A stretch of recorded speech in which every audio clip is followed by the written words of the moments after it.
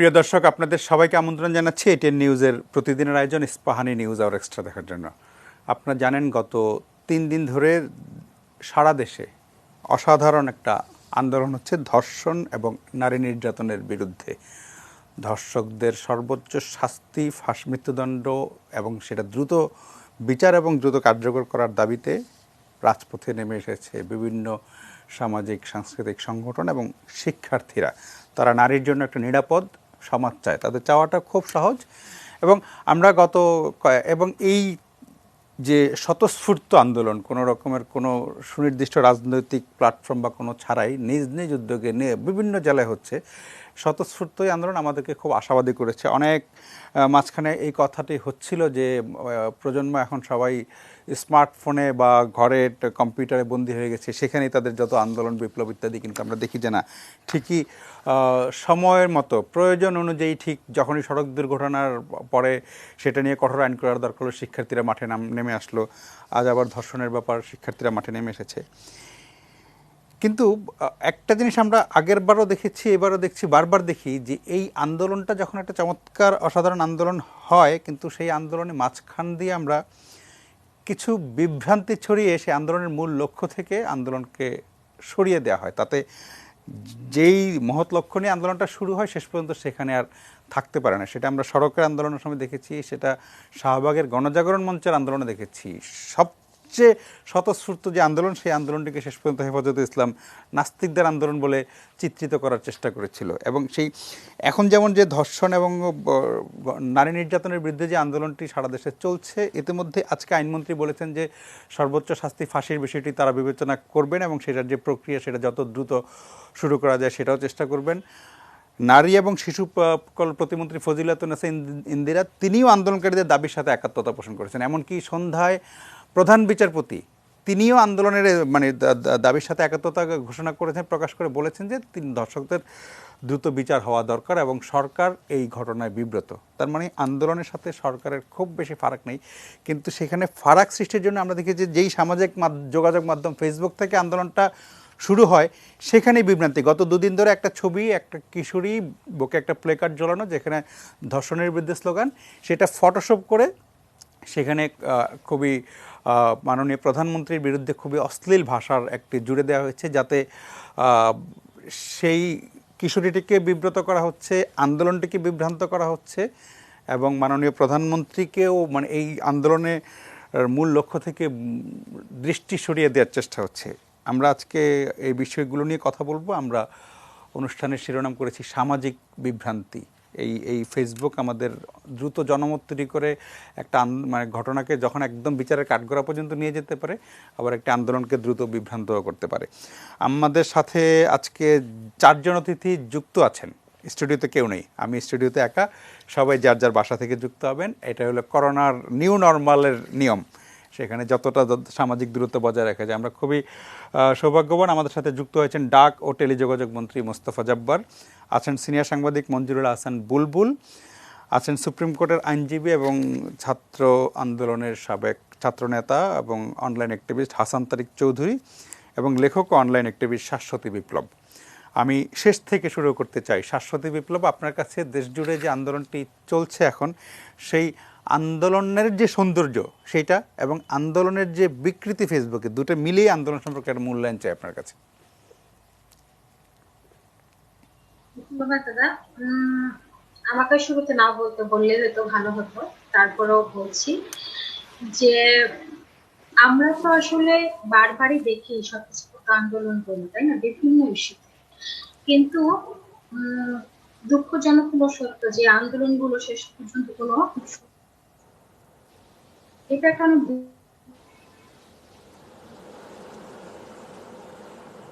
সংযোগটা ঠিক ভালো শুনতে পাচ্ছি না, কোথাও শব্দে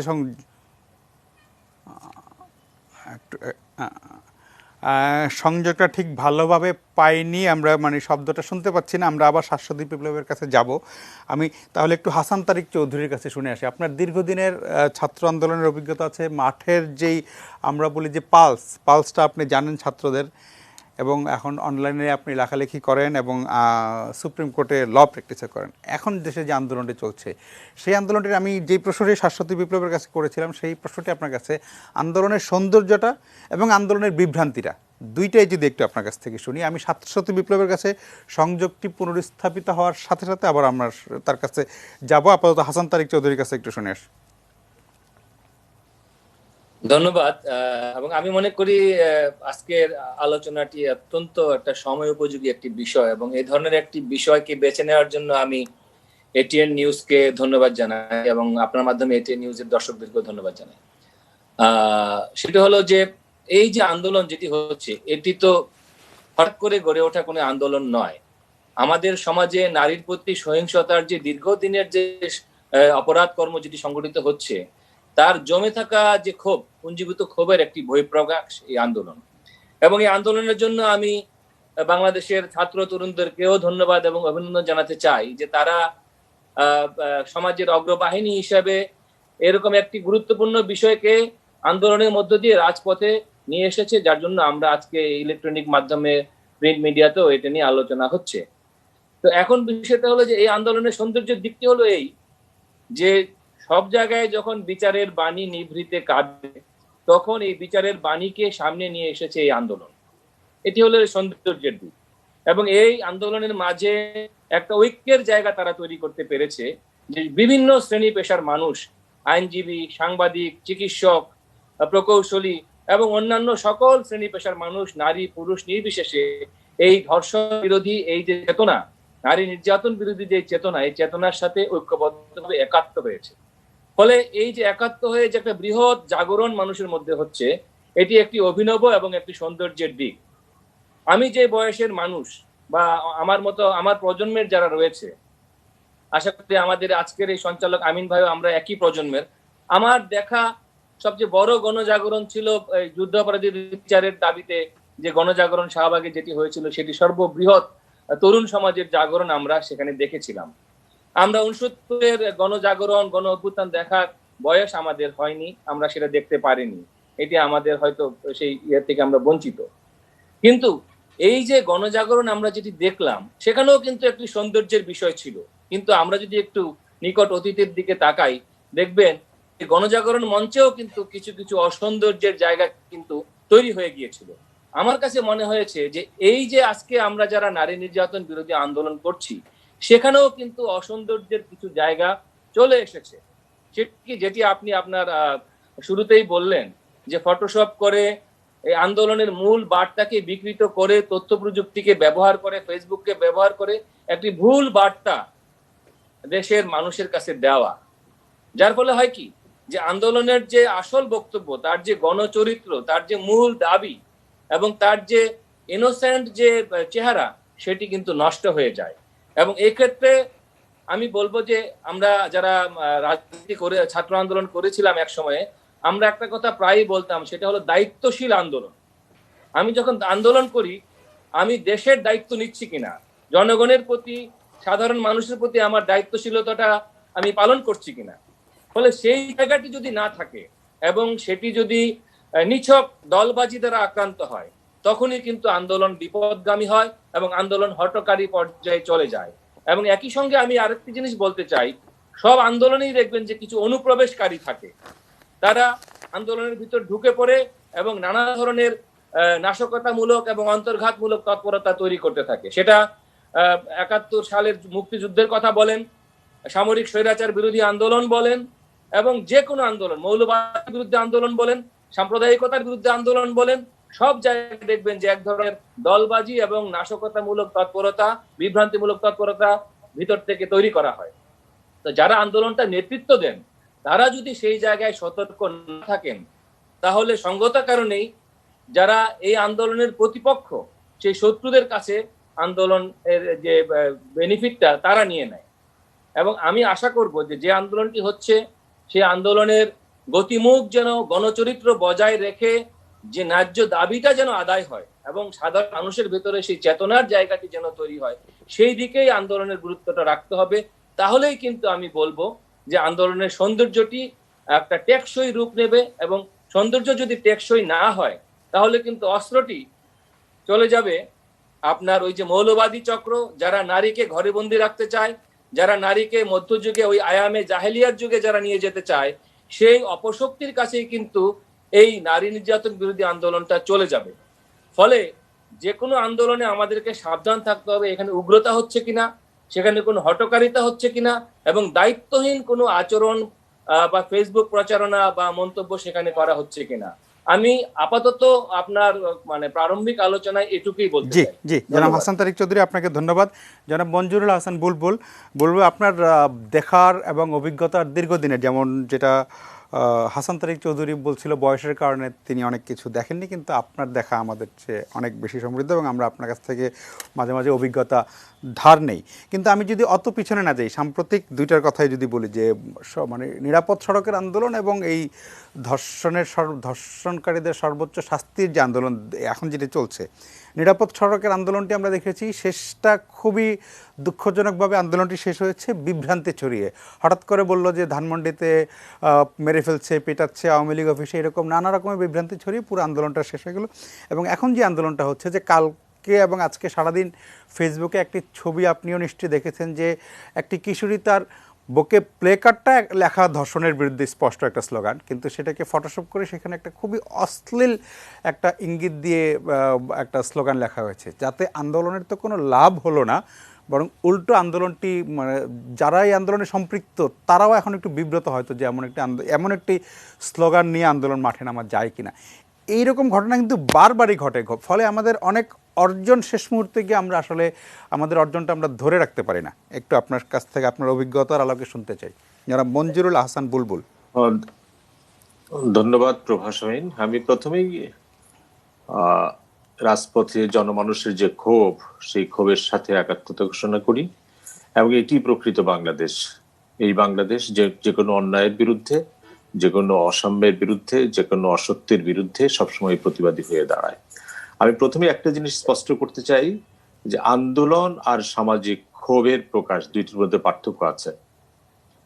একটি সমাজে যখন অন্যায় হয়, অসত্য প্রতিষ্ঠিত হতে চায়, যখন সাধারণ মানুষ, যাদের কোনো রাজনৈতিক লক্ষ্য নাই, যাদের কোনো রাজনৈতিক ইচ্ছা নাই, সরকার পতন হোক সেই রকম ইচ্ছা নাই, বিরোধী দলকে ক্ষমতায় বসানোর ইচ্ছা নাই, তখন সাধারণ মানুষ রাজপথে নেমে আসে। এটি হচ্ছে সমাজের সাধারণ মানুষের ক্ষোভ।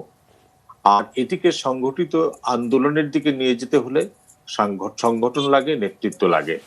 যদি সংগঠন এবং নেতৃত্ব ঠিক না থাকে, তাহলে এই সামাজিক ক্ষোভটি একসময় ধ্বংস হয়ে যায়, একসময় ম্রিয়মান হয়ে যায়, একসময় নিষ্ক্রিয় হয়ে যায়। এবং যদি সংগঠিত নেতৃত্বের মধ্যেও একটি সুনির্দিষ্ট লক্ষ্য না থাকে যে আমরা কোথায় যেতে চাই, তাহলেও আন্দোলন মুখ থুবড়ে পড়ে। আমি বাংলাদেশের প্রসঙ্গ আপনি বললেন, আমি খুব বড় মাপের একটা বৈশ্বিক উদাহরণ দেই। যখন তাহরির স্কোয়ারে মিশরে যখন প্রথম বলা হলো যে সামাজিক আন্দোলন শুরু হলো, ফেসবুক আন্দোলন শুরু হলো, সেই আন্দোলনের মধ্য দিয়ে তাহরির স্কোয়ারে সেনা শাসন বিরোধী ৩২ বছরের হোসনি মোবারকের সেনা শাসন বিরোধী আন্দোলনের লক্ষ লক্ষ মিশরীয় তরুণ সেখানে আসলো, সারা পৃথিবী তাকে সমর্থন জানালো। সেই আন্দোলনটা যখন মাঝামাঝি চলছে, তখন সেই আন্দোলন সংগঠনকারীদের একজন, যিনি কায়রো বিশ্ববিদ্যালয়ের একজন অধ্যাপিকা, তিনি আমাদের একটি সম্মেলনে যোগ দিয়েছিলেন। তখন তাকে আমরা জিজ্ঞেস করেছিলাম যে আপনারা যে আন্দোলনটি করছেন, এই আন্দোলনের মধ্য দিয়ে হোসনি মোবারকের পতন ঘটবে, কিন্তু কে আসবে? তিনি বললেন যে কেন, আমাদের সেনাবাহিনী। সেই অনুষ্ঠানে দুঃখজনকভাবে আমি আমাদের এক বন্ধু পাকিস্তানি সাংবাদিক তিনি ছিলেন, আমরা পরস্পর দিকে মুখের দিকে তাকালাম, যে একটি রাজপথের আন্দোলন তরুণরা করছে, যা মানুষ গণতন্ত্র চায়, ৩২ বছরের সেনা শাসনের অবসান চায়, কিন্তু তারা জানে না যে এই সেনা শাসনের অবসানের পরে কারা আসবে। তারা মনে করছে যে মিশরীয় সেনাবাহিনী আসবে এবং সেনাবাহিনী তাদেরকে গণতন্ত্র উপহার দিবে। এটি হচ্ছে সংগঠিত জনগণের যে ক্ষুব্ধ আকাঙ্ক্ষা, সেই আকাঙ্ক্ষাটাকে একটি অনির্ধারিত জায়গায় নিয়ে যাওয়ার চেষ্টা। এবং তাই হলো মিশরে আপনি দেখলেন যে সাধারণভাবে হোসনি মোবারকের পতন ঘটলো এবং ক্ষমতায় আসলো ইসলামিক ব্রাদারহুড। কারণ তখন এই আন্দোলনকারীদের সামনে এমন কোনো রাজনৈতিক শক্তি ছিল না যারা ৩২ বছরের সেনা শাসনের বাইরে গিয়ে একটা ভালো শাসন ব্যবস্থা দিতে পারে, যার ফলে পরবর্তীকালে তাহরির স্কোয়ারে ইসলামিক ব্রাদারহুড বিরোধী আবার আন্দোলন শুরু হলো এবং তারপরে এখন যিনি আসছেন জেনারেল সিসি, সেই জেনারেল সিসি ক্ষমতায় আসলেন। বাংলাদেশে আপনি কি স্কুল আন্দোলনের কথা বলেন, শাহবাগের আন্দোলনের কথা, আমি ওই তাহরিরের স্কোয়ারের পরে আমি বলেছিলাম, একটা লেখায় লিখেছিলাম প্রথম আলোতে যে তাহরির পারেনি, শাহবাগ পেরেছে। কিন্তু দুঃখজনক ভাবে আমার এই ভবিষ্যৎবাণীটি মিথ্যা প্রমাণিত হয়েছিল। তাহরিরও পারে নাই, শাহবাগও পারে নাই। এখন এই যে বাংলাদেশের এইরকম একটি ঘটনায়, ধর্ষণের ঘটনায়, নারী নির্যাতনের ঘটনায় সাধারণ মানুষ রাজপথে এনেছে, রাজনৈতিক দলমত নির্বিশেষে, বয়স নির্বিশেষে, ছাত্র নির্বিশেষে, এটাকে তো একটা নেতৃত্বের জায়গায় নিয়ে যেতে হবে। সেইখানে বাংলাদেশে বরাবরই আমরা দেখেছি পেশাজীবী সংগঠন, সাংস্কৃতিক সংগঠনগুলো নেতৃত্ব দিয়েছে।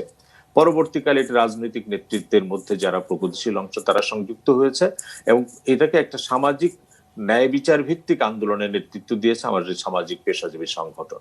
আমি এখন পর্যন্ত বাংলাদেশের সকল প্রতিনিধিত্বকারী সামাজিক সাংস্কৃতিক সংগঠনগুলিকে আমি মাঠে দেখি না। আমি সম্মিলিত সাংস্কৃতিক জোটকে দেখি না, আবৃত্তি সমন্বয় পরিষদকে দেখি না, নাট্য সমন্বয় পরিষদকে দেখি না, সাংবাদিকদের সংগঠনগুলিকে দেখি না, নারীদের সংগঠনগুলিকে দেখি না।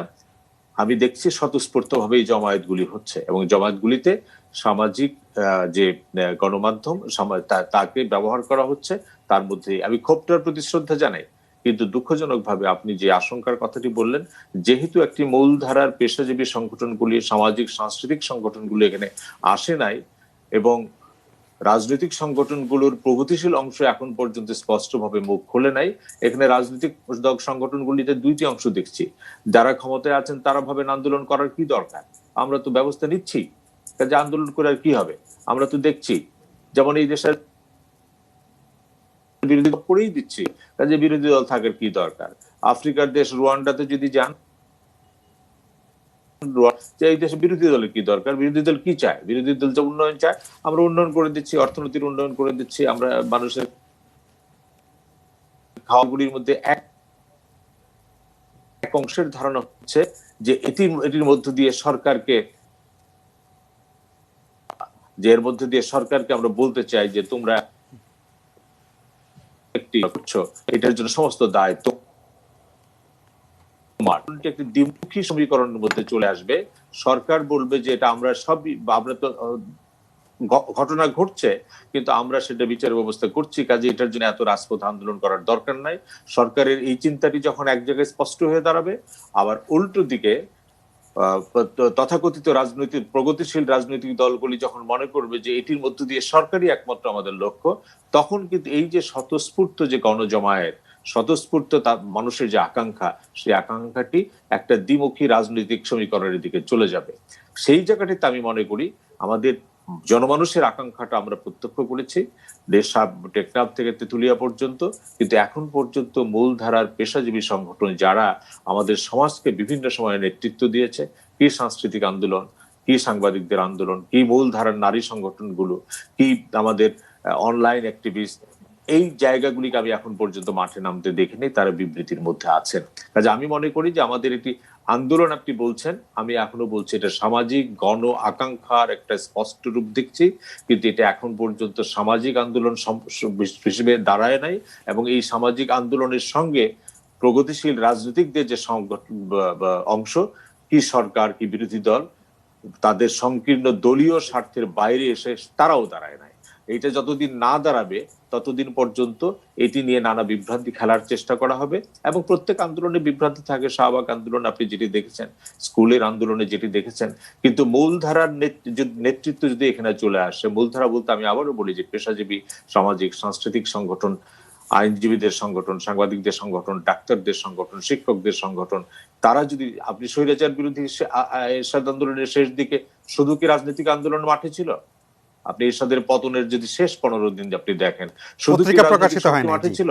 সব শুধুমাত্র পত্রিকা প্রকাশিত হয় নাই, এই করোনা কালে আমি সেই সময় অনেক ছোট ছোট বুলেটিন প্রকাশিত হয়েছিল, আমার সংগ্রহ থেকে সেটা দেখছিলাম। আমি অন্তত 100 ছড়ার সংকলন দেখছি। এই ছড়াগুলি কে লিখেছেন কারো নাম নাই, কিন্তু প্রত্যেকটা ছড়াতে মানুষের আকাঙ্ক্ষার কথা বলা আছে। এটি নিশ্চয়ই কেউ প্রথিতযশা ছড়াকাররা লিখেছেন, তরুণরা লিখেছেন, আমি জানি না। কাজে আমি, আপনারা যেটাকে আন্দোলন বলছেন, আমি এখন পর্যন্ত এটাকে আন্দোলন মনে করি না। আমি মনে করি এটা সমাজের সাধারণ সৎ মানুষের নিরীহ মানুষের, ক্ষুব্ধ মানুষের একটা জমায়েত আমরা রাজপথে দেখতে পাচ্ছি।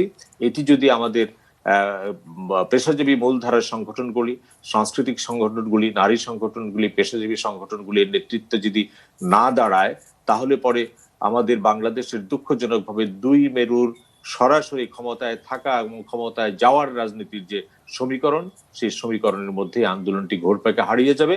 যদি ক্ষমতায় যাওয়ার আকাঙ্ক্ষা যারা আছে তাদের হাতে যায় তাহলে আন্দোলন একরকম হবে, আর ক্ষমতায় থাকার জন্য যারা আছেন তাদের হাতে যদি যায় তাহলে আন্দোলনের চেহারা একরকম হবে, এবং দুঃখজনকভাবে তার লক্ষণ আমরা দেখতে পাচ্ছি। জি, আপনাকে অনেক ধন্যবাদ। আমরা একটা বিরতিতে যাচ্ছি, বিরতির পরে আলোচনায় ফিরবো। প্রিয় দর্শক, আশা করি ফিরে এসে আপনাদের সঙ্গেই পাবো।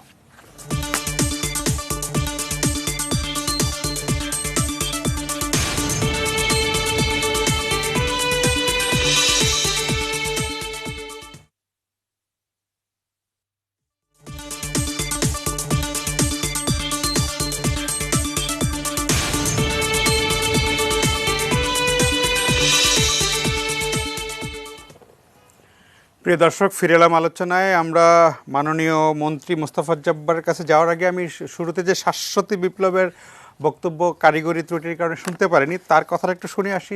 দুইজনের আলোচনা শোনার পরে বুলবুল ভাই যেখানে শেষ করলেন যে ঠিক আন্দোলন না, রাজপথে যেটা হচ্ছে সেটা হচ্ছে জনমানুষের আকাঙ্ক্ষার একটা প্রতিফলন। মানুষ কি চায়? মানুষ চায় একটি নারীর জন্য একটি নিরাপদ দেশ, ধর্ষকদের সর্বোচ্চ শাস্তি এবং দ্রুত শাস্তি। সেই চাওয়াটা নিয়েই তারা মাঠে নেমেছে, এবং সেটা এখনও কোনো সংগঠিত শক্তি, কোনো সংগঠন বা সেরকম না, একদমই স্বতঃস্ফূর্ত আন্দোলন। একটু শাশ্বত বিপ্লবের কাছে এই জনমানুষের আকাঙ্ক্ষার কথা একটু শুনে আসি আপনার কাছে। আচ্ছা, এখন শোনা যাচ্ছে? জি জি জি, প্লিজ। আচ্ছা, আসলে এখন যে আন্দোলনটা চলছে, সেই আন্দোলনটার দিকে যদি আমরা তাকাই, এবং আমরা যেটা বলছি যে জনমানুষের আকাঙ্ক্ষাকে ধারণ করেছে আন্দোলন, আমি ঠিক আসলে জানি না কতক্ষণ সত্যি ধারণ করেছে। কারণ ধর্ষণের মতন যে একটা ব্যাপক বিষয়, ধর্ষণ এবং নারীর প্রতিবেদনের মতো যে একটা বড় বিষয়, সেটা আমরা কতটা বুঝতে পারি বা আমরা কতটা এটার কার্যকারণটা ধরতে পারি। আপনি দেখেন, আমরা অনেকেই আন্দোলনের সৌন্দর্য খুঁজি, আমি আসলে খুঁজি আন্দোলনের কার্যকারী, আন্দোলন কতটা ইফেক্টিভ, আন্দোলনে কি রেজাল্ট এনে দেবে আমাদের জন্য। একটা হচ্ছে যে একটা ঘটনা, একটা ধর্ষণের ঘটনা প্রকাশিত হওয়ার পর সেটার এগেনস্টে এক ধরনের ব্যবস্থা নেয় এবং সেটার দাবি জানানো, হ্যাঁ, এটা একটা দিক। আর একটা দিক হচ্ছে যে ধর্ষণের মতো ঘটনা, যৌন নিপীড়নের মতো ঘটনা যখন আদৌ না ঘটতে পারে সেটার জন্য কাজ করা, সেটার জন্য ব্যবস্থা নেওয়া, সেটার জন্য আইন বলেন বা সামাজিক পরিবর্তন বলেন বা যে ধরনের বলেন সেটা করা।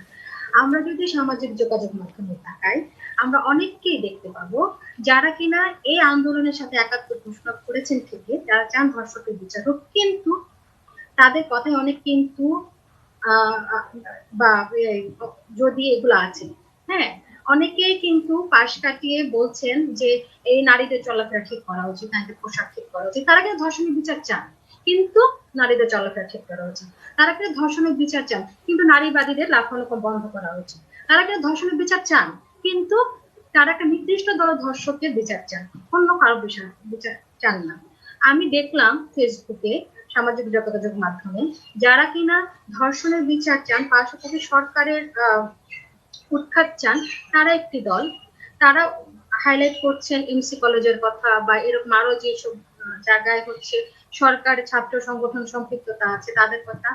এর কাউন্টারে আরেকটা দল আবার উল্লেখ করছেন জলি তালুকদারের কথা বা এরকম আরো যারা অন্যান্য সমাজতান্ত্রিক দল, অন্যান্য দলের মধ্যে যৌন নিপীড়ক আছে তাদের কথা।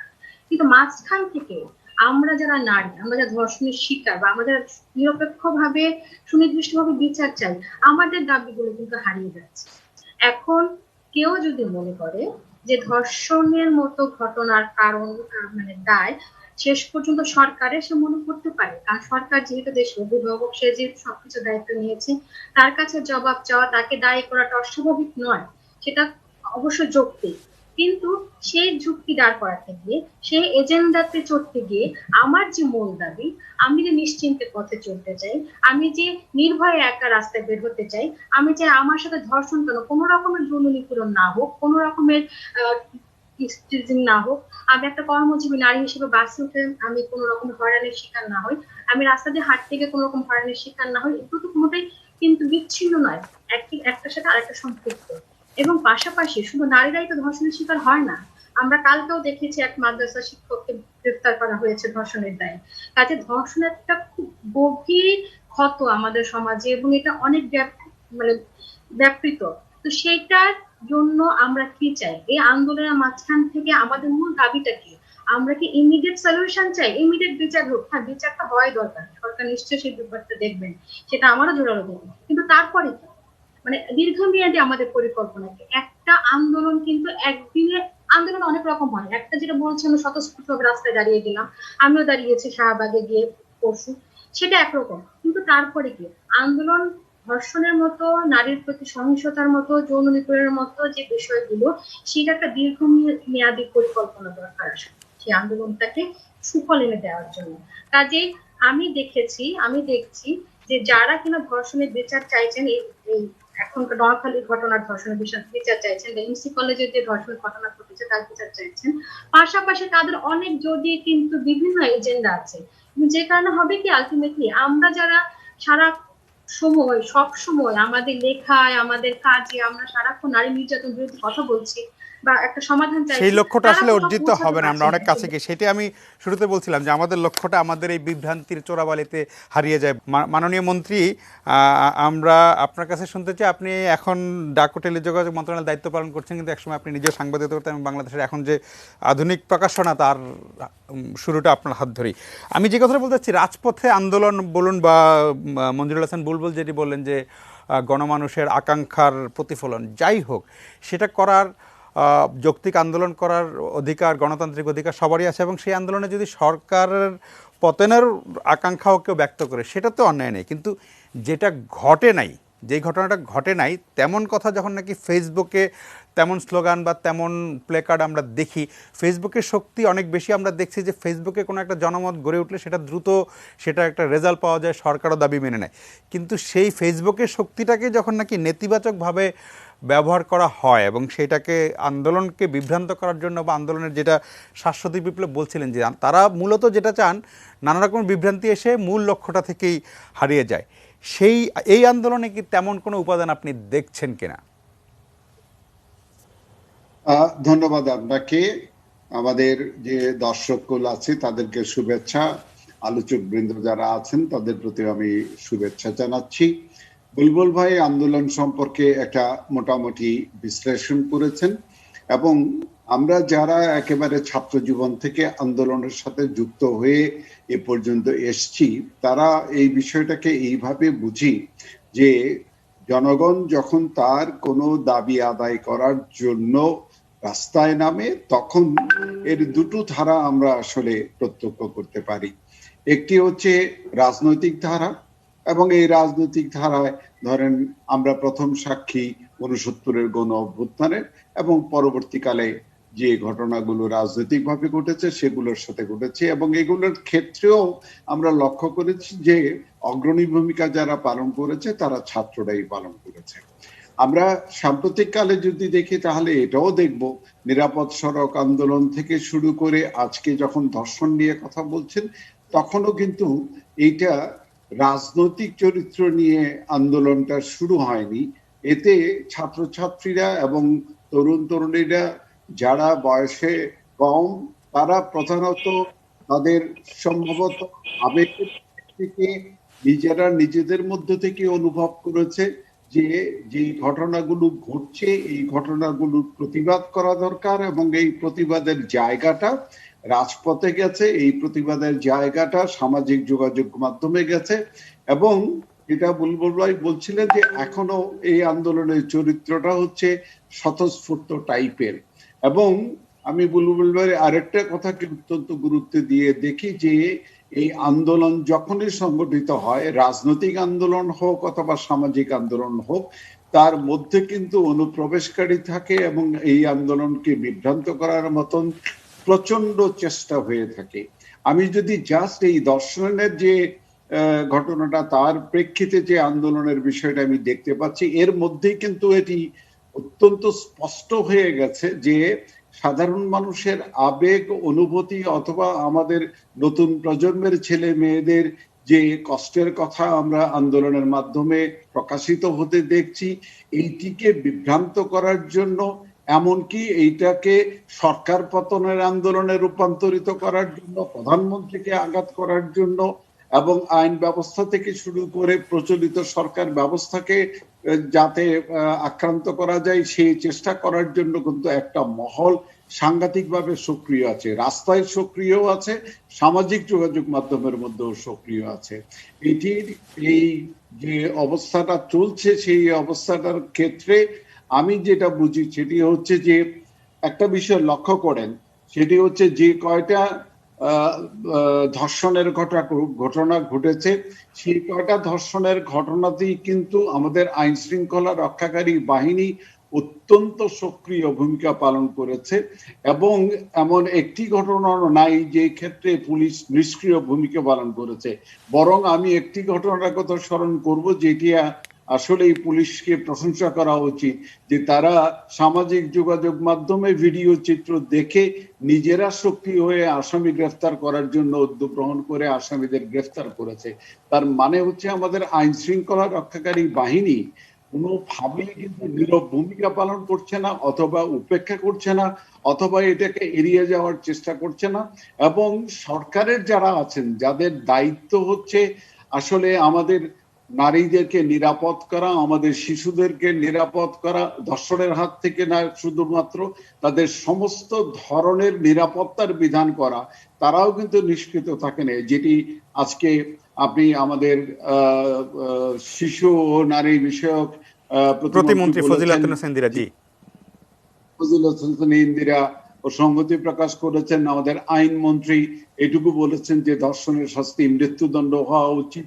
এইরকম ভাবে কিন্তু সরকার অত্যন্ত সক্রিয়ভাবে মনে করে যে আমাদের শিশুরা, আমাদের নারীরা প্রত্যেকে যেন নিরাপদ থাকে। এবং এই যে ধর্ষণটাকে কিন্তু এখন এটা তাৎক্ষণিকভাবে কয়েকটা পরপর ঘটেছে বলে মনে হয়েছে যে বিশাল বড় একটা ঘটনা ঘটেছে, কিন্তু এই ঘটনা তো ঘটে আসছে আজকে থেকে না, দীর্ঘদিন থেকে। এবং এটার সাথে আরো একটা বিষয় যেটি আমাদের শাশ্বতী বললেন, সেটি হচ্ছে এই ধর্ষণ তো একটি মাত্র লক্ষণ নারীদের প্রতি নির্যাতন করার ক্ষেত্রে।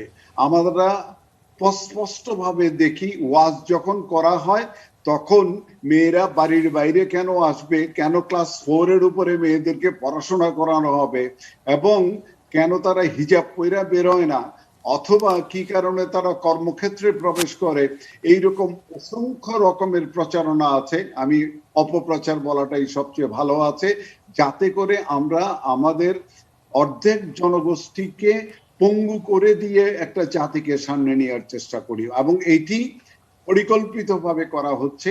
আমি যদি একটু নিজের বিবেচনা একটু মিশিয়ে দেখতে চাই, এটি কিন্তু একেবারে অরাজনৈতিক নয়, এটি কিন্তু একেবারে বিচ্ছিন্ন ঘটনা নয়। এই যে কর্মকাণ্ডগুলো, নারীদের বিরুদ্ধে যে সহিংসতাকে উস্কে দেওয়া, নারীদের বিরুদ্ধে অপপ্রচার করা, এবং এইসব ক্ষেত্রে যাতে একটি অস্থিতিশীল পরিবেশ তৈরি করা যায়, এটা তো পরিকল্পিত লোকজন করছে। 71 সালে যারা পরাজিত হয়েছিল তারা এই আন্দোলনটাকে তাদের পথে প্রবাহিত করার জন্য যেভাবে চেষ্টা করা দরকার সেই চেষ্টাটা কিন্তু করছে। এবং সেই কারণেই দেখবেন ওই যে আপনি পোস্টারের কথাটা বললেন, এই ধরনের পোস্টার তো এই ধরনের স্বতঃস্ফূর্ত আন্দোলনে হওয়ার কথা না। এই যে পোস্টারগুলো, না এটা একদমই ফটো এডিট করা। হ্যাঁ, এই এডিটটা তো কেউ না কেউ করে দিয়েছে, এবং যারা করে দিয়েছে তারা নিঃসন্দেহে এইটিকে যাতে সরকার পতনের আন্দোলনের দিকে ধাবিত করা যায় সেই চেষ্টা নিয়ে করেছে। এবং এরা চিহ্নিত বাংলাদেশ বিরোধী শক্তি, এবং এই বাংলাদেশ বিরোধী শক্তি বলেই এই রাষ্ট্রটিকে আরেকটি একেবারে এমন রাষ্ট্রে পরিণত করা, যেই রাষ্ট্রে আমাদের মেয়েরা যাতে রাস্তায় বেরোতে না পারে, যাতে বাজারে পর্যন্ত যেতে না পারে, শিক্ষা গ্রহণ করতে না পারে, সেরকম একটা সমাজ কাঠামো গড়ে তোলার জন্য তারা চেষ্টা করছে। আমার কাছে মনে হচ্ছে যে এই যে আন্দোলনের নামে যে প্রচেষ্টাটি এখন হচ্ছে, তার মধ্যে আমি আমাদের নতুন প্রজন্মের যে তরুণ তরুণীরা আছে তাদের আবেগের প্রতি শ্রদ্ধা জানাই এবং আমি তাদের অনুভূতির প্রতি সংহতি প্রকাশ করি, কিন্তু পাশাপাশি যে অপচেষ্টাটা হচ্ছে এই অপচেষ্টাটাকে প্রতিরোধ করে উঠতে হবে। এটি দুই জায়গাতে করতে হবে, এটি রাজপথে করতে হবে। রাজপথে তাদের যেটা বলেছেন, রাজপথে যদি এটা প্রতিরোধ করতে হয় তাহলে কিন্তু এটি একটি সাংস্কৃতিক আন্দোলন, এটি একটি সামাজিক আন্দোলন। অতএব আমাদের সামাজিক সাংস্কৃতিক সংগঠনগুলো যদি মাঠে না নামে, যদি রাস্তায় না থাকে, তাহলে কিন্তু এই আন্দোলনকে বিভ্রান্ত করার সুযোগটা আছে। আরেকটা রাস্তা হচ্ছে, আমি দেখলাম শাশ্বতী অনলাইন অ্যাক্টিভিস্ট, আমার কাছে যেটা মনে হয় যে আমাদের যারা এই অনলাইন অ্যাক্টিভিস্ট আছেন তারা যেরকম ভাবে আমাদের সোশ্যাল মিডিয়াকে এই জনগণের নারীদের বিপক্ষে ব্যবহার করার জন্য চেষ্টা করা হয়েছে, আমাদের শাশ্বতীদের উচিত যাতে এই বিভ্রান্তিগুলো দূর করা যায় এবং তারা অনেক বেশি সক্রিয় ভূমিকা পালন করেন। এবং আমি বিশ্বাস করি এখন আমার এই আস্থাটা অনেক ভালোভাবে জন্মেছে, কারণ আমি গত অন্তত 2.5 বছর যাবৎ সোশ্যাল মিডিয়া পর্যবেক্ষণ করি, সেখান থেকে দেখেছি যে একটা অবস্থা ছিল যখন সোশ্যাল মিডিয়াতে আমাদের মেয়েরা অসহায়ের মতন প্রায় বিরাজ করত, কিন্তু এখন সেই অবস্থাটা বিরাজ করে না। তারা যে কেবল প্রতিবাদ করতে পারে না, তারা কেবলমাত্র জাস্ট নিজের বক্তব্য দেয় না, তারা প্রতিরোধ করার মতন ক্ষমতা নিয়েও আসছে। আমি আহ্বান জানাবো যে শাশ্বতীরা যেন আরো অনেক সক্রিয় হয়। আমি এইটুকু বলতে পারি যে আমাদের শাশ্বতীদের সংখ্যা কিন্তু অনেক, এবং তারা অনেক প্রভাবশালী, অনেক শক্তিশালী, এবং এই আন্দোলনকে অন্যদিকে নেওয়ার যে প্রচেষ্টা সেটা প্রতিরোধ করার ক্ষমতা আমরা সোশ্যাল মিডিয়াতেও রক্ষা করি। আমি মনে করি যে এইটা খুবই গুরুত্বপূর্ণ। এবং আরেকটা বিষয়টা বোঝা দরকার, সেটা হচ্ছে যে ধর্ষণের বিরুদ্ধে গ্রেফতার হচ্ছে, বিচার হবে এবং তার প্রেক্ষিতে বিচারের রায় হবে। আমরা শুধুমাত্র একটি জায়গায় একটু বেশি আকাঙ্ক্ষা করতে পারি, সেটি হচ্ছে বিচারটা যেন খুব দ্রুত হয়। এবং একটি জায়গায় যেটা আইনমন্ত্রী বলেছেন, আমার কাছে মনে হচ্ছে এটা খুবই যুক্তিসঙ্গত, ধর্ষণের শাস্তি যাবজ্জীবন কারাদণ্ডের মধ্যে সীমিত করে রাখাটা ঠিক না। এক সময় লক্ষ্য করে থাকবেন আমাদের এখানে কিন্তু এসিড ছোড়ার ব্যাপারটা ব্যাপকভাবে সম্প্রসারিত হয়েছিল। এটাকে যখন কঠোর শাস্তির ব্যবস্থার ভিতরে নিয়ে যাওয়া হলো, তখন কিন্তু এই এসিড ছোড়ার ব্যাপারটা কন্ট্রোলের ভিতরে কমে আছে। আমি মনে করি, আমিও একমত যে আমাদের অবশ্যই নারীদের ধর্ষণ তো বটেই, আরো যে ধরনের অপরাধ নারীদের বিরুদ্ধে করা হয় সেটা অন্তত যাবজ্জীবন কারাদণ্ড থেকে মৃত্যুদণ্ড পর্যন্ত সম্প্রসারিত হওয়া উচিত। যদি সেটি হয় তাহলে এটা কিন্তু অপরাধ, এটা এই অপরাধ থেকে আমাদের নারীদেরকে রক্ষা করাটা, এটা আমি অবশ্যই মনে করি যে রাষ্ট্রের দায়িত্ব, এবং রাষ্ট্রকে এই দায়িত্ব পালন করতেই হবে। আমি আস্থাবান যে আমাদের আইন শৃঙ্খলা রক্ষাকারী বাহিনী এই দায়িত্ব পালন করতে সক্ষম। আপনাকে অনেক ধন্যবাদ। শাশ্বতী বিপ্লব, মাননীয় মন্ত্রী আপনাদের উপর অনেক বড় দায়িত্ব চাপিয়ে দিয়েছেন। আপনারা প্রতিবাদ করবেন, প্রতিরোধ করবেন এবং আন্দোলন যাতে বিভ্রান্ত না হয় সেই দায়িত্বটাও আপনাদের ঘাড়ে দিয়েছেন। আপনি যে আগে যেখানে প্রথম বক্তব্য যেখানে শেষ করেছিলেন যে ধরেন এখন যেই বড় একটি আন্দোলন হচ্ছে, সেই আন্দোলন থেকে শুধু বেগমগঞ্জের শাস্তিটা নিশ্চিত করলেই তো আন্দোলনের অর্জন শেষ হয়ে যাবে না। আপনি যদি একটা টেকসই লম্বা কিছু অর্জন করতে চান তাহলে সেটা সুনির্দিষ্ট থাকতে হবে যে আমরা আসলে কি করতে চাই। সেই জায়গাটাতে আপনি শুরুতে বলেছিলেন এই মাননীয় মন্ত্রী যে দায়িত্ব আপনাদের কাছে দিয়েছেন, এবং আপনারা যদি আন্দোলন থেকে যে একদম আমরা চাই যে নারীর একটা নিরাপদ রাজপথে, নিরাপদ যার স্বাধীন মতো চলতে পারবে নিরাপদে, সেইটা নিশ্চিত করা, সেটা একটা লম্বা প্রসেস। সেইটা মিলিয়ে যদি একটু বলেন। আমাকে একটু সময় দিলে ভালো হয়, আমি সময় নিয়ে বলতে চাই। প্রথমে যেটা আমি বলতে চাই যে ধর্ষণ এবং নারীর প্রতি যে সহিংসতা এবং যৌন নিপীড়ন, সেটার মূল কারণগুলো আসলে চিহ্নিত করতে হবে এবং ব্যক্তিটা আসলে বুঝতে হবে যে কেন হয়। আমরা আমাদের নারীদের রক্ষা করতে চাই, ভালো কথা, কিন্তু সেটা কিভাবে রক্ষা করবো? আমরা তো অনেক মতের, অনেক বিশ্বাসের, অনেক ধ্যান ধারণার, অনেক আদর্শের মানুষ। একটা জিনিস দেখেন, যে পরিমাণ ধর্ষণ বাংলাদেশে সংগঠিত হয় তার সঠিক সংখ্যাটা আমাদের কারো জানা নেই। কারণ আমি চ্যালেঞ্জ করতে পারি, কারো জানা নাই। কোনো এনজিওর না, কোনো মানবাধিকার সংগঠনের না, কোনো সরকারের না, কারো কেউ জানে না। কেন জানে না জানেন? কারণ সব ধর্ষণ খবর হয় না, সব ধর্ষণ ভিকটিম থানায় আসে না, সব ধর্ষণ ভিকটিম হসপিটালে যায় না, চিকিৎসা নিতে যায় না। প্রতিটা ঘরে ঘরে কি পরিমাণ যৌন নিপীড়নের শিকার হয় মেয়েরা, সেই খবর আমরা কেউ রাখি না। এই যে ব্যাপ্তি, এই যে বিশাল একটা কি বলবো যজ্ঞ চলে মেয়েদের বিরুদ্ধে, সেটা আসল খবরটা কে বের করবে? এটা একটা কাজ, এবং সেটা কিভাবে প্রতিকার করা সম্ভব? আমি শ্রদ্ধার সাথে বলতে চাই, মাননীয় মন্ত্রী বলেছেন যে আইন শৃঙ্খলা বাহিনী অনেক অ্যাক্টিভ, অনেক সক্রিয় এবং সক্ষম। পাশাপাশি এটাও তো সত্য, অনেক জায়গাতে আইন শৃঙ্খলা বাহিনী আসলে প্রতিকার তো করেনি না, উল্টো সহযোগী হিসেবে দায়িত্ব পালন করে। আমরা ফেনীতে নুসরাতের ঘটনাকে দেখেছি, যতক্ষণ পর্যন্ত মেয়েটিকে জ্বালিয়ে দেওয়া না হয়েছে, যতক্ষণ পর্যন্ত এটা সোশ্যাল মিডিয়ায় না এসেছে, যতক্ষণ পর্যন্ত সবাই খুবই ফেটে না পড়েছে, ততক্ষণ পর্যন্ত আসলে ঘটনাটা সেখানে কি করছিল, আইন শৃঙ্খলা বাহিনীর ভূমিকা কি ছিল। এরকম কিন্তু আরো অনেক ধর্ষণের ব্যাপারও আমরা দেখি।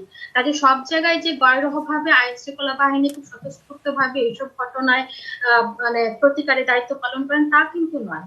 এখন ধর্ষণ এমন একটা নিয়ামক বা এমন একটা প্রপঞ্চ সমাজে, যেটা শুধুমাত্র ৭১-এর পরাজিত শক্তিরাই করে না। আমি অত্যন্ত দুঃখের সাথে বলতে চাই যে অনেক মানে কি বলবো প্রো বাংলাদেশ মানুষও করে। হ্যাঁ, আমরা দেখেছি যে অনেক পুরুষে ধর্ষণ করে বা যৌন নিপীড়ন করে, সেটা মূল শক্তিটা কোথায়? ক্ষমতা। হ্যাঁ, সে ক্ষমতার অনেক রকমের চেহারা আছে। একটা হচ্ছে রাজনৈতিক ক্ষমতা, সেটা আমরা সবাই জানি। রাজনৈতিক ক্ষমতা ছাড়াও আরো অন্যরকম অনেক রকম ক্ষমতাও আছে, যেসব ক্ষমতা বলে তারা নিজেদেরকে মনে করে যে তারা যদি এই ধরনের যৌন নিপীড়নগুলো ঘটনা ঘটায়, তারা যদি ধর্ষণের মতো ঘটনা ঘটায়, তারা পার পেয়ে যাবে, তাদের কিছুই হবে না। তো সেই ক্ষেত্রে রাজনৈতিক দলগুলোর একটা বড় ভূমিকা তো অবশ্যই আছে। আমাদের দেশে রাজনৈতিক দল কোনো নীতিমালা আছে আমি জানি না, জিরো জিরো টলারেন্স নীতিমালা আছে কিনা, বা তারা কি করছে। তারা তাদের কর্মীদেরকে নারীর প্রতি সম্মান রাখার জন্য বা নারীকে মানুষ হিসেবে গণ্য করার জন্য, সম্মান রাখার জন্য, মানুষ হিসেবে গণ্য করার জন্য, বা নারীর প্রতি সহিংসতা কি কি করলে হয়, কোনটা ধর্ষণ কোনটা ধর্ষণ না। অনেকে যে মনে করেন যে মেয়েরা ঢেকে না রাখাটাই একটা অপরাধ, সেটা কি শুধুমাত্র ৭১-এর পরাজিত শক্তিরা মনে করেন? না, কিন্তু আমাদের মতন অনেক ভদ্র চেহারা মানুষরাও কিন্তু সেটা মনে করেন, ফেসবুকে তারা লেখেন। হ্যাঁ, তো এইভাবে আমি মনে করি নারীর প্রতি নির্যাতন এবং ধর্ষণের মতো ঘটনাগুলো এমন একটা বিষয়, যেটাকে শুধুমাত্র আমরা কোনো দলকে বা কোনো একটা নির্দিষ্ট গোষ্ঠীকে বা কোনো একটা অংশকে, সমাজের অংশকে চিহ্নিত করি, তাহলে এটা আসলে বলা হয় না। এত গভীর ভাবে প্রথিত আমাদের সমাজে, এবং এটা সমাধান করতে হলে আমাদের এত ব্যাপক হারে কাজ করতে হবে সব জায়গায়।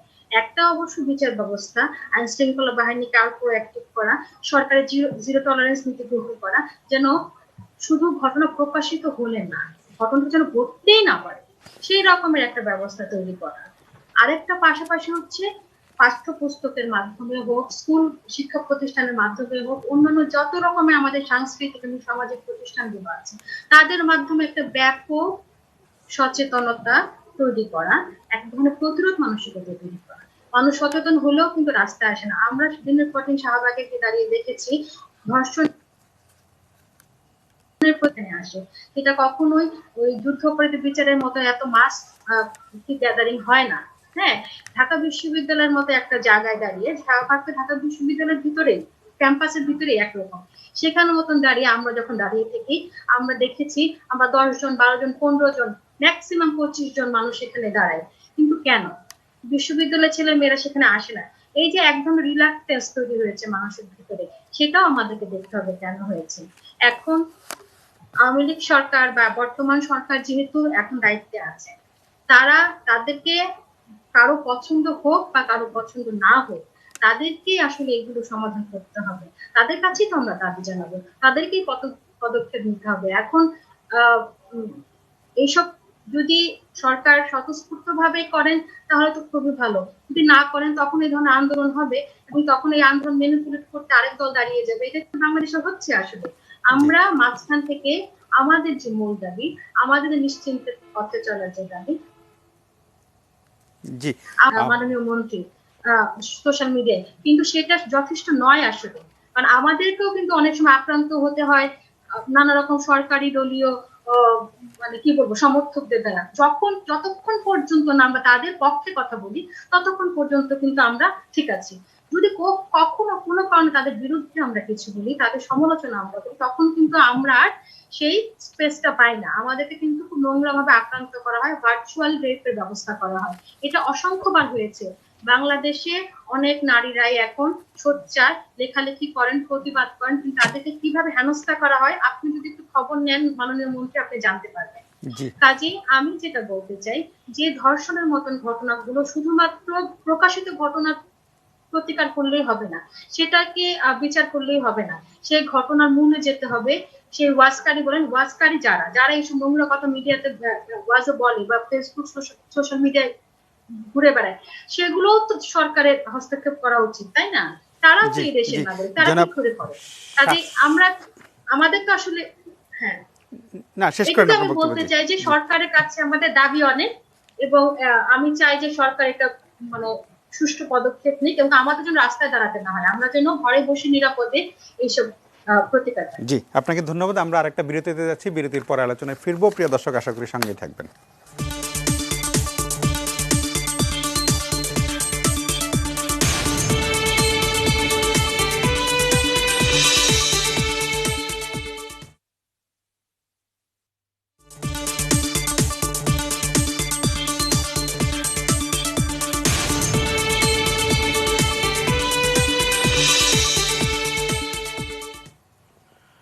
প্রিয় দর্শক, ফিরে এলাম আলোচনায়। কথা বলছিলাম রাজপথে যে আন্দোলন, যদিও মঞ্জুরুল হাসান বুলবুল বলছেন যে ঠিক এখনো আন্দোলন হিসেবে দাঁড়ায়নি, এটি জনমানুষের আকাঙ্ক্ষার একটা স্বতঃস্ফূর্ত প্রতিফলন হচ্ছে রাজপথে এবং সারা দেশে। সেটা জনাব হাসান তারিক চৌধুরী, যিনি একসময় ছাত্র রাজনীতি করেছেন, এখন আইনজীবী। আমি আইনের দৃষ্টিতে আপনার কাছে জানতে চাই যে আন্দোলনের মূল একদম 1 নম্বর দাবি হলো যে ধর্ষণকারীদের সর্বোচ্চ শাস্তি ফাঁসি দিতে হবে, যেটা এখন যাবজ্জীবন আছে সেটাকে ফাঁসি করতে হবে, এবং আইনমন্ত্রী অলরেডি বলেছেন যে এটা তারা বিবেচনা করবেন। কিন্তু আমি যদি আরেক দিকে দেখি যে কাগজে কলমে হয়তো সর্বোচ্চ শাস্তি ফাঁসি থাকলো, কিন্তু সেই বিচারটা কতদিনের মধ্যে হবে? চার্জশিট 90 দিনের মধ্যে দেওয়ার কথা, সেটা দেওয়া হয় না বেশিরভাগ ক্ষেত্রেই। তারপরে বিচার একটা দীর্ঘ প্রক্রিয়া, এবং আমরা জানি যে বিচারের প্রক্রিয়াতে গিয়ে আদালতে গিয়েও নারীরা বারবার এক ধরনের লাঞ্ছনার শিকার হন, তাদের কাছে বারবার ধর্ষণের বর্ণনা শুনতে চাওয়া হয়, নানাভাবে নারীদের লাঞ্ছের, এবং শেষ পর্যন্ত অনেকগুলো মামলার পরিণতি হয় না, মাঝপথে থেমে যায়, আপোষ হয়ে যায়। ধর্ষকের সাথে ধর্ষিতার বিয়ে দিয়ে এক ধরনের গ্রামে এক ধরনের একটা সমাধানের চেষ্টা করা হয়, ইত্যাদি ইত্যাদি করে শেষ পর্যন্ত ন্যায় বিচার যেটা মানে যেটা আমরা চাই, আকাঙ্ক্ষা, রাজপথে যে আকাঙ্ক্ষা ন্যায় বিচার, সেটা পাওয়া যায় না, পেলে অনেক অনেক লম্বা সময় লাগে। আইনজীবী হিসাবে আপনার অভিজ্ঞতা কি, বা আপনি কি মনে করেন? হ্যাঁ, খুবই খুবই প্রাসঙ্গিক একটি প্রশ্ন। আসলে সুপ্রিম কোর্টে আইনজীবী হিসেবে আমাদের যে পেশাগত যে অভিজ্ঞতা, সেই অভিজ্ঞতা থেকে আমি অন্তত যেটা দেখেছি যে গোটা বিচারিক প্রক্রিয়ায় নারী কিন্তু ধর্ষণ মামলায় আরেকবার ভিকটিম হয়। অর্থাৎ তিনি যখন ধর্ষণ কাণ্ডটি ঘটে তখন তিনি একবার ভিকটিম হন, এবং যখন বিচারিক প্রক্রিয়াটা শুরু হয়, তার মেডিকেল পরীক্ষা থেকে শুরু করে চার্জশিট হওয়া থেকে শুরু করে আপনার জেলা আদালত, ম্যাজিস্ট্রেট আদালত, তারপরে উচ্চ আদালত, সব জায়গায় এসে যতগুলো ধাপ আছে প্রত্যেকটি ধাপে নারী বারবার ধর্ষিত হতে থাকে। এবং এই জায়গাটায় দীর্ঘদিন ধরে আমাদের একটা প্রস্তাব ছিল যে আমাদের দেশে প্রচলিত যে নারী নির্যাতন আইন রয়েছে, নারী নির্যাতনের বিরুদ্ধে যে আইন রয়েছে, যেটিকে আমরা নারী ও শিশু নির্যাতন 2000 সালে যে আইন বলে অভিহিত করে থাকি, আইনের একটা যুগোপযোগীকরণ দরকার, একটা সংস্কার দরকার।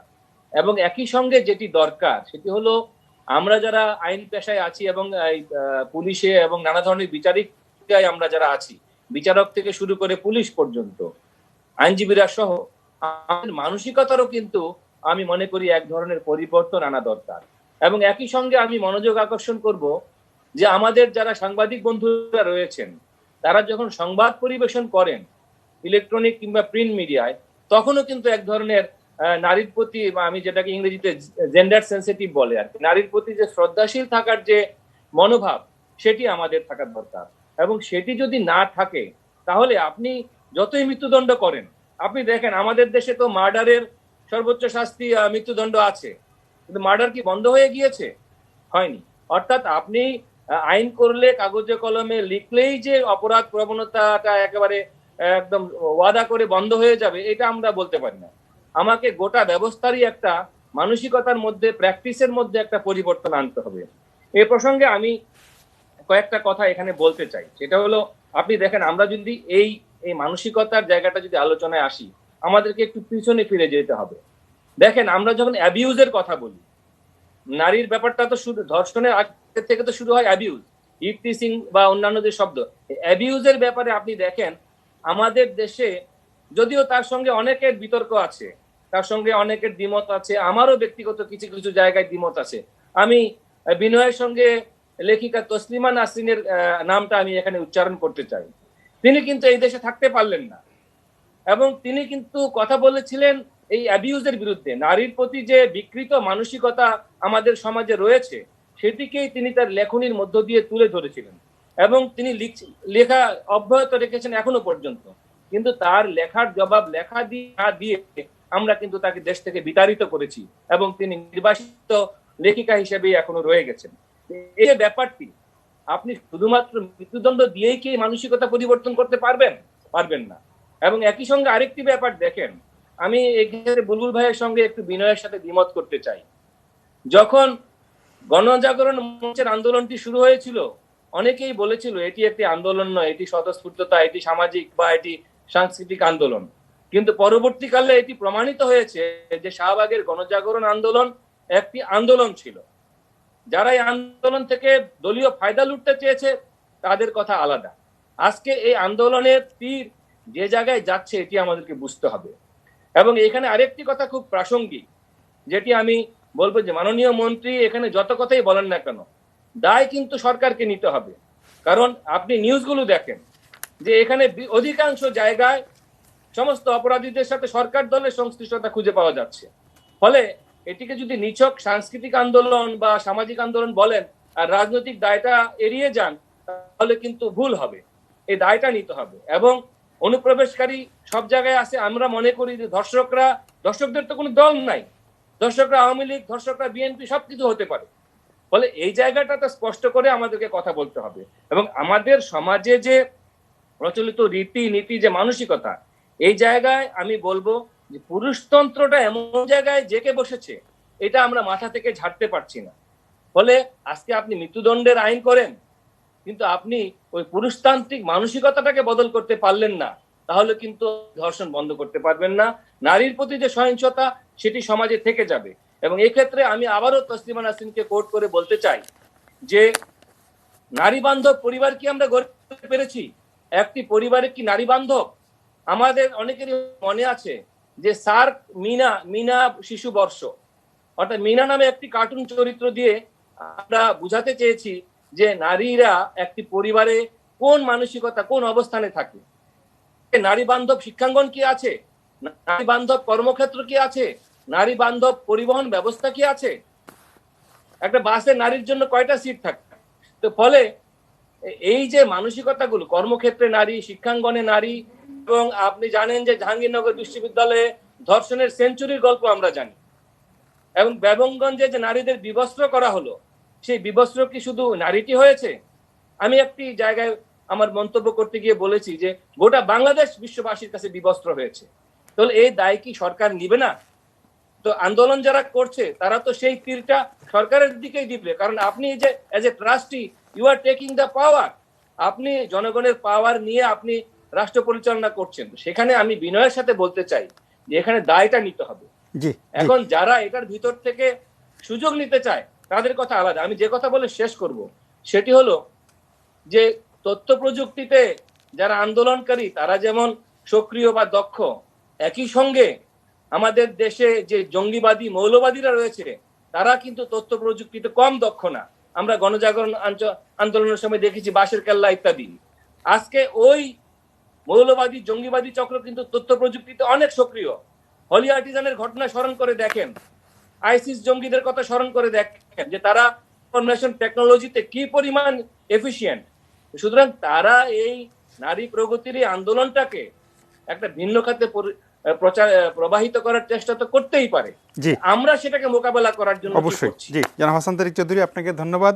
জনাব মঞ্জুরুল হাসান বুলবুল, সরকারের বিভিন্ন সময় আমরা দেখেছি যে নানা আইন নিয়ে আপনারা যারা আন্দোলন করছেন, আমরাও যারা লেখালেখি করি সবসময় বলেছি ডিজিটাল নিরাপত্তা আইন নিয়ে আমাদের অনেক আপত্তি, যেটা আমাদের মত প্রকাশের স্বাধীনতায় বিঘ্ন সৃষ্টি করছে, এবং আমরা বারবার দেখেছি যে সাংবাদিকরা এটার শিকারও হচ্ছেন। আমরা বলছি যে এই আইনের অপপ্রয়োগের অনেক উদাহরণ আছে, কিন্তু সত্যি সত্যি কখনো কখনো এই সামাজিক যোগাযোগ মাধ্যমে যেই রকম অবস্থা দেখি তখন মনে হয় যে অপপ্রয়োগ না হোক, সঠিক প্রয়োগ যদি হয় কখনো কখনো হয়তো দরকার। যেমন এই আন্দোলনের কথা যেটি বললাম, যে যেই একটি প্লেকার্ডকে ফটো এডিট করে বিকৃত করে পুরো একটি আন্দোলনকেই নষ্ট করার চেষ্টা করা হচ্ছে, যারা এই কাজটি করেছে তাদের বিরুদ্ধে ব্যবস্থা নেওয়া দরকার। যেমন মাননীয় মন্ত্রীও তার শুরুর বক্তব্যে বলছিলেন যে ওয়াজে যেভাবে নারীদেরকে হেয় করা হয়, হেনস্থা করা হয়, অশ্লীল ভাষায় নারীদের গালিগালাজ করা হয়, এমনকি বেগমগঞ্জের যেই নারী নির্যাতনের শিকার হয়েছে তার বিরুদ্ধেও চরিত্র হননের গল্প আমরা কিন্তু অলরেডি ফেসবুকে দেখেছি। সেই জায়গায় কিন্তু আমরা এই ডিজিটাল নিরাপত্তা আইনের মানে অপপ্রয়োগের অনেক গল্প শুনি, কিন্তু সঠিক প্রয়োগের গল্প কিন্তু খুব বেশি শুনি না। সেটা মত প্রকাশের স্বাধীনতা একরকম, আর একদম মিথ্যা তথ্য, যেটা কিশোরীর বুকে প্লেকার্ডে যেটি লেখা ছিল ধর্ষণের বিরুদ্ধে স্লোগান, সেটি সরিয়ে সেখানে একদম অশ্লীল একটি স্লোগান দিয়ে কিশোরীটিকে হেয় করা হলো। সেই যারা সেটি করলো তাদেরকে কিন্তু ধরা হয়নি। সেখানে মত প্রকাশের স্বাধীনতা আর মিথ্যা তথ্য ছড়ানো, বিভ্রান্তি ছড়ানো, এই জায়গাটাতে একটু আপনার কথা শুনতে চাচ্ছি। আপনার মূল প্রসঙ্গে আসি, এর মধ্যে অনেকগুলি আলোচনা হয়েছে, তার মধ্যে একটি কথা বলি। প্রবাস আমিন, কেবলমাত্র কালকে আপনার এবং আমার দুইজনেরই প্রিয় কবি হেলাল হাফিজের জন্মদিন আমরা পালন করেছি। হেলাল ভাইয়ের সেই কবিতাটির কথা নিশ্চয়ই মনে আছে যে মিছিলের সব হাত পা কণ্ঠ এক নয়, এখানে সংসার বিভাগী থাকে, সংসার বিরাগী থাকে, এখানে কেউ আসে জালি, আমি ধৃতি দিচ্ছি না, এখানে কেউ আসে জ্বালিয়া সংসার বা জ্বালাতে সংসার, কেউ আসে এইরকম সাজাতে কাজেই সংসার, আমরা এরকম, জি। যখন রাজপথে সাজাতে সংসার, জি। কাজে কারা কোন উদ্দেশ্য নিয়ে মিছিলে এসছে, এটা কিন্তু ওই জন্য আমি বলেছিলাম যে যদি একটি সংগঠিত সাংস্কৃতিক নেতৃত্ব না থাকে, সামাজিক নেতৃত্ব না থাকে, তাহলে এই আন্দোলন থেকে অনেকে ফায়দা লুটার চেষ্টা করবে। শাশ্বতী যে হতাশা যে শাহবাগে তারা 15 জন দাঁড়ান, অনেক লোক আসে না, এটি একটা হতাশার কারণ। আচ্ছা, আমরা একটা বিরতিতে যাচ্ছি। জনাব মঞ্জুরুল হাসান বুলবুলের সংযোগটি একটু বিচ্ছিন্ন হয়ে গেছে, বিরতির পরে এসে চেষ্টা করবো ওনার সংযোগটি পুনরুত্থাপন করে তার বক্তব্য শোনার জন্য।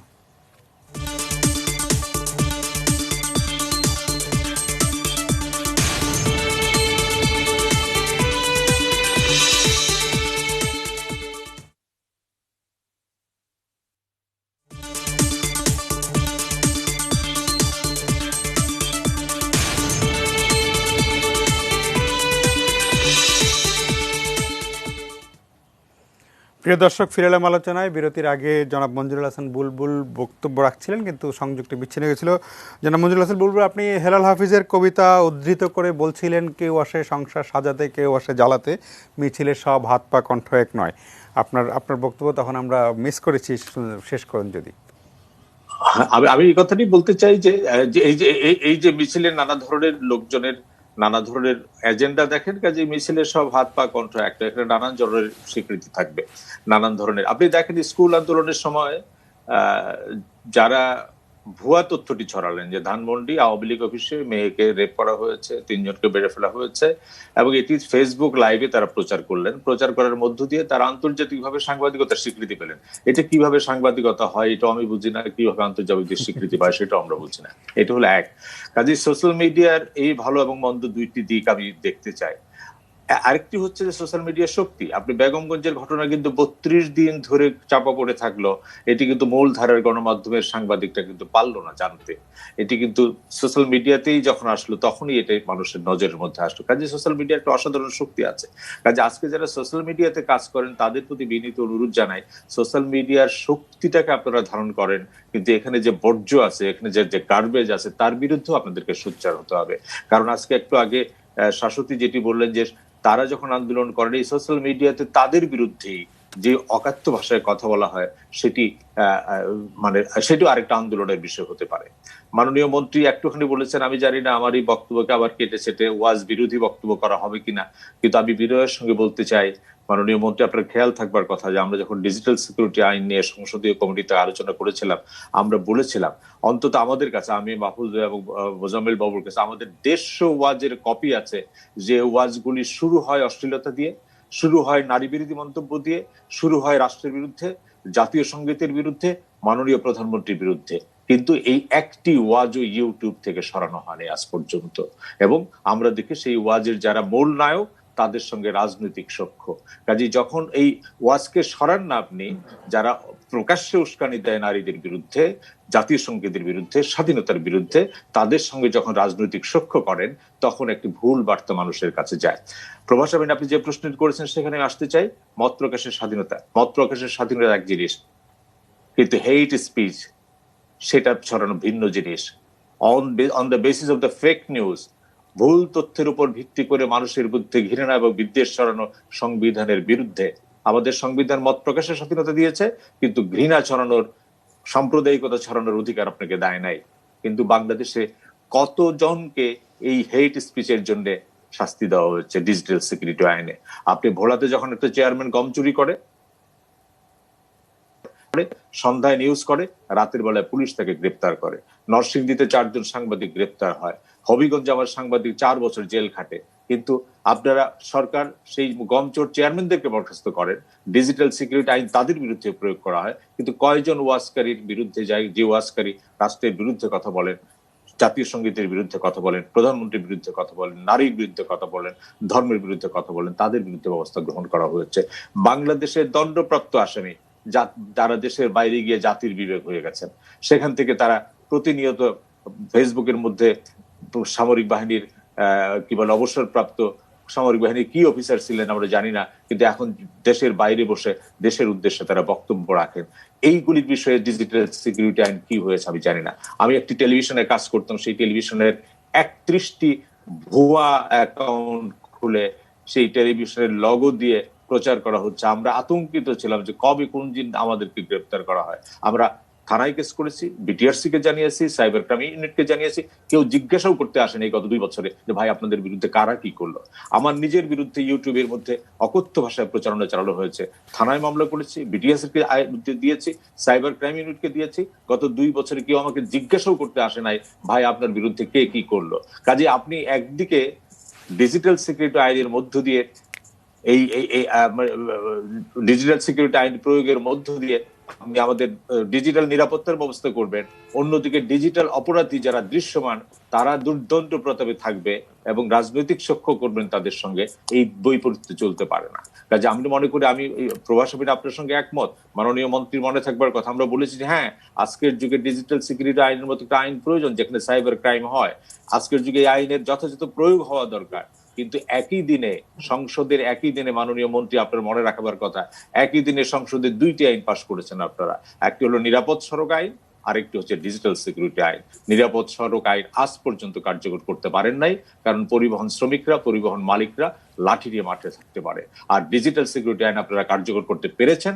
আমরা শুধুমাত্র প্রভাস আমিনের মতো টক শোতে কথা বলি। তো কাজে বাংলাদেশ হলো লাঠির জয় জয়কার। আজকে পরিবহন শ্রমিক আইন একই দিনে মাননীয় মন্ত্রী আপনার আরেকজন কলিগ সংসদে সেদিন সড়ক পরিবহন শ্রমিক আইন পাশ করেছেন, সেটা কোথায়? সেটা কার্যকর করতে পারেন নাই। কাজে আমি যেটি বলতে চাই, আমরা চাই সাইবার ক্রাইম অপরাধ দমনের জন্য আইন থাকুক, আমরা চাই সাইবার দুর্বৃত্তদের বিরুদ্ধে আইন থাকুক, কিন্তু সেটি যাতে খণ্ডিত না হয়।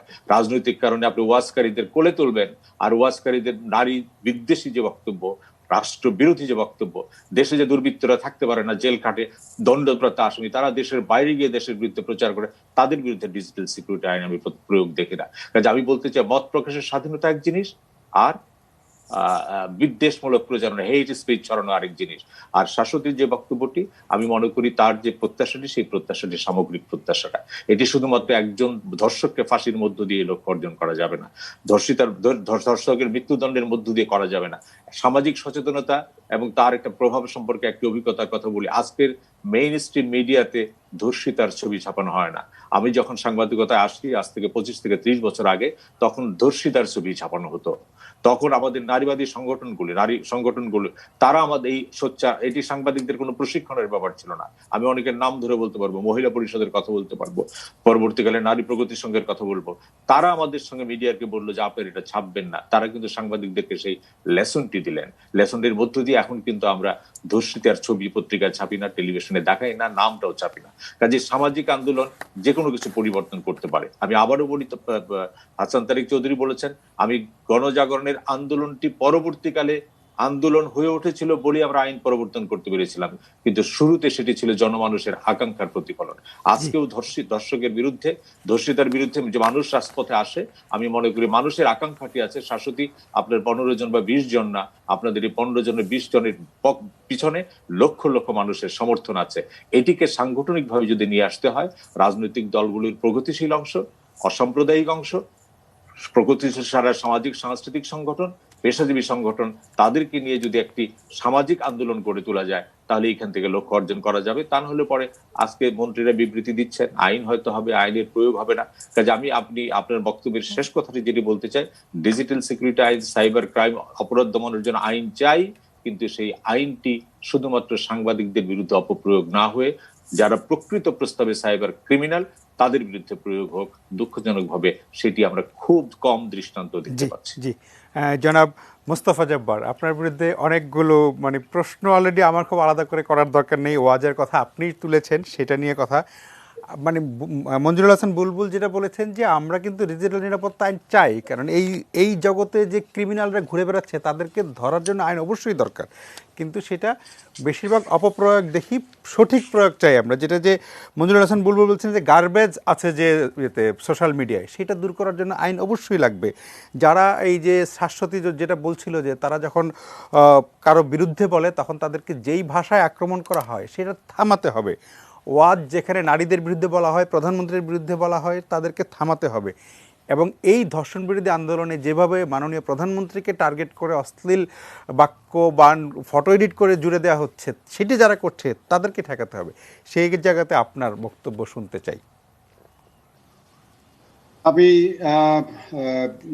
প্রথমে একটি বক্তব্য বলতে চাই যে আমাদের ব্যারিস্টার সাহেব যে কথাটা বলেছেন, যে অবস্থাটা বিরাজ করে অথবা নারীদের নিরাপত্তা কিংবা ধর্ষণ বিরোধী কর্মকাণ্ড এবং এইসব বিষয়ে রাষ্ট্রের দায়িত্ব গ্রহণ করা, সরকারের দায়িত্ব গ্রহণ করা এবং সরকারি দলের দায়িত্ব গ্রহণ করা, আমি তার সাথে একমত। নিঃসন্দেহে সরকার যখন ক্ষমতায় থাকে সরকারকে দায়িত্ব গ্রহণ করতে হবে।